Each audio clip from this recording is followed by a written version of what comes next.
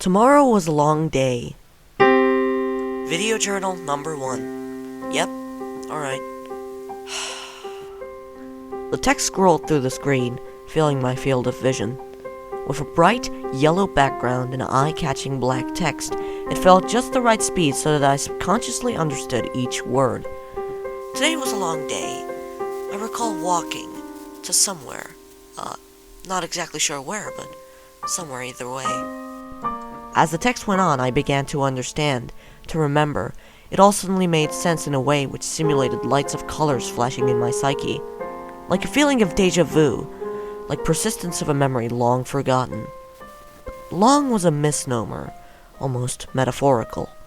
My vision was blurred, and the words began to merge together as the background went from a bright yellow to a pale, somber blue. Today was a long day. I think I heard some lovely music on the way. It reminded me of a time where I knew my existence as fact. The text began speeding up and glowing in a fashion similar to what those with astigmatism would see. The screen began twisting and contorting in a way that made me dizzy, like I had just spun constantly for 10 or so minutes. A high G sharp, from what I could tell, began to play in the confines of my mind. It felt as if it had some significance of which I should be reminded any time of every day, and so on. The figure of a circle began to fade in. Or is it an ellipse? Maybe a fixed point in the universe had managed to land directly in the center of the screen. No matter. It's something at least, and that's enough to know. The background became a color I couldn't process, as if the word chaos were a color. Did I spell color differently? I swear that's not consistent. Huh? Spell? Am I speaking or writing something? Never mind that. My thoughts began to overwhelm my subconscious reading ability. The text persisted. Today was a long day, but tender, like the lyrics to a song yet to be written, or the color that chooses the way you think, or a matter that hasn't been spoken about for 13,000 years. Nobody knew. Nobody would know. Nobody thought. I thought. Every time I thought I was closer to the meaning, I was pulled away by a force equivalent to 1,000 useless explanations. Every day was here and by. Has it even been a day? What brings me here? What brings me there? Should this keep going? No? Probably not. And at that point, it suddenly stopped. Dead silence. The likes of which I'd never heard before. It was peaceful. I needed more of this in my life. Wait, hold on. I need to concentrate. The screen turned a reflective shade of purple that was so dark it may as well be black. But does color even matter? That's something anyone can decide. I should stop questioning myself. What even happened? Halt. Enough about today. Let's talk about the past. During that screen thing, I remember the things that happened before the 13,000 years of silence. Before I explain, no, it's not supposed to make sense. That is what the way is built on. The soul of 1,783 humans and or creatures that telepathically communicate signals of symbols encrypted with a technique used for millions of years. It's nonsense, but it's beautiful. Somehow. Don't ask me. I feel like some usually important details are inconsequential here. What do you need to know? My answer would be everything about nothing. Notice that nothing was capitalized. Now think about that again. Do you think anything has changed over that period of time? That number, 1,783, it holds no significance to anything. Continuity is meaningless. After all, you decide what to interpret from information you receive from forms and things that aren't you. Anything that can and cannot be seen, judged, trusted, believed, needed, questioned. Am I asking too many questions and not enough answers? We have to get used to it. Nothing here is an easy task. May as well be a play place, a reason's worst nightmare. Somehow managing to convey meaning through other nonsensical words and phrases and sentences and lexicons that will be gibberish to anyone not enlightened of the fact that nothing really matters in the end. Always needing to seek for a story where there shouldn't be one.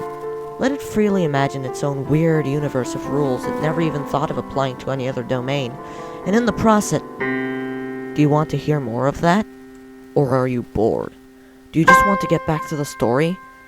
It's all broken up anyway, a collection of random philosophical thoughts that no one ought to need. But it is fascinating to think about. But before I could ponder deeper into meaninglessness, events resume. The now darkened screen moves away from my face, allowing me vision I hadn't had before. Deep down, I had a feeling the text would continue. But while seeming to desperately have a grip betwixt reality and wonder, I noticed the room I was seemingly in. It was a mostly blank room, about 10 square meters in size from what I could tell, with blindingly white walls and one lone blue chair that I had been sitting on. There seemed to be nothing else, until suddenly things started to appear in the room. I don't know if it's my imagination, or if my brain was only just beginning to process the other objects in the otherwise boring room. The first to appear was a small painting of a park on the wall, with a lake and trees. It was peaceful, reminding me of the time spent in the empty void that was the 13,000 years. It took a while of reminiscing as I replayed the last 13 millennia in my head. Not much happened, but there was still so much to remember, if that makes sense to you. Anyway, the second thing was a tiny metal ball on the floor, contrasting with the white walls and the blue chair. As I went to touch it or pick it up, it flinged itself up into the air, in what might have been a metaphorical story device. A sort of Chekhov's gun. Wait, flinged? That's incorrect. But it doesn't matter. It rejects originality. It bounced around the walls for around 3 minutes, which is probably the most free it has ever felt, soaring around the air like a gleeful child, still experiencing the wonders of early life. But after the fun ended, its observation of the cold and empty walls slowed it down until it eventually rolled into a corner, just out of my sight, and reflected in many meanings, in many lifetimes. Moving on, the third thing that appeared were scratchings on the wall in an indecipherable language that I somehow understood despite never having seen it before. They read the following.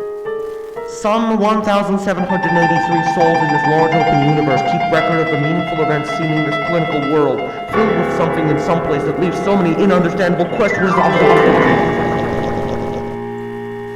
Afterwards, it faded into incomprehensible gibberish. That number again, 1,783, incorporated seamlessly into this world again. Was this my story? What happened then?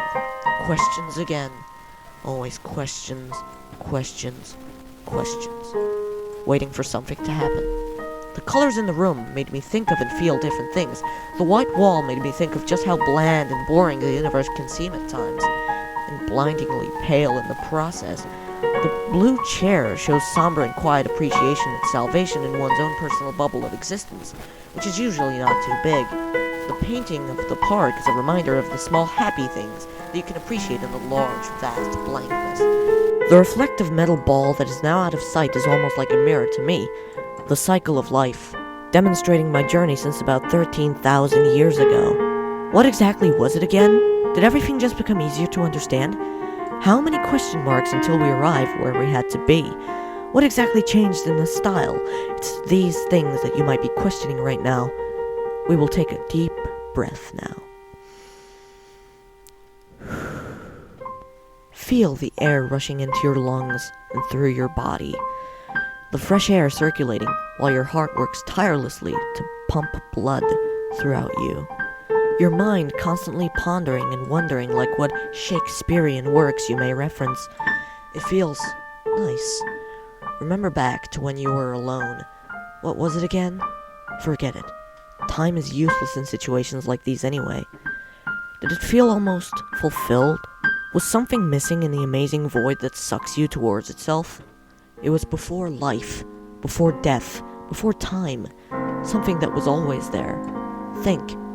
Think again. Think always. Imagine yourself walking anywhere. Imagine a beautiful rose in a field of grass. Imagine a story, winding and falling and spiraling and nonsensical in a poetic way. What would that look like? Did I say the right thing?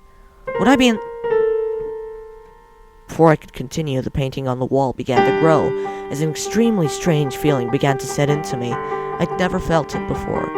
I was feeling the blankness and paleness of the room dissipate as the painting filled my entire vision. I was in the park, in a beautiful place. It felt final. The feelings were overwhelming. A mix of colors never created before, somehow never thought of before. The wind blows onto me as I walk forward. pick up a rose that I see in the grass. I somehow know exactly what to do, though this is happening for the first time. I take out some ambiguous recording device that I found on the ground, and I begin recording. I speak.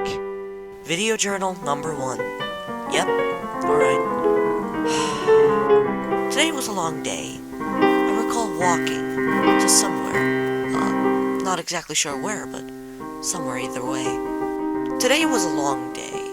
I think I heard some lovely music on the way. It reminded me of a time where I knew my existence as fact.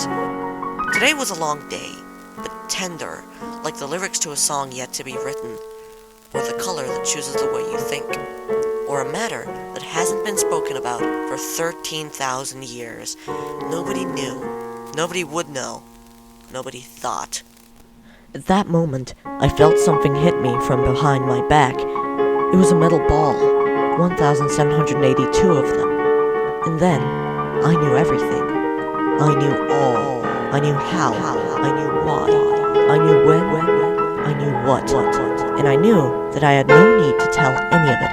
The G-sharp note that had been playing had shifted to a beautiful composition of music before I'd even realized. I felt the words pop up in my head.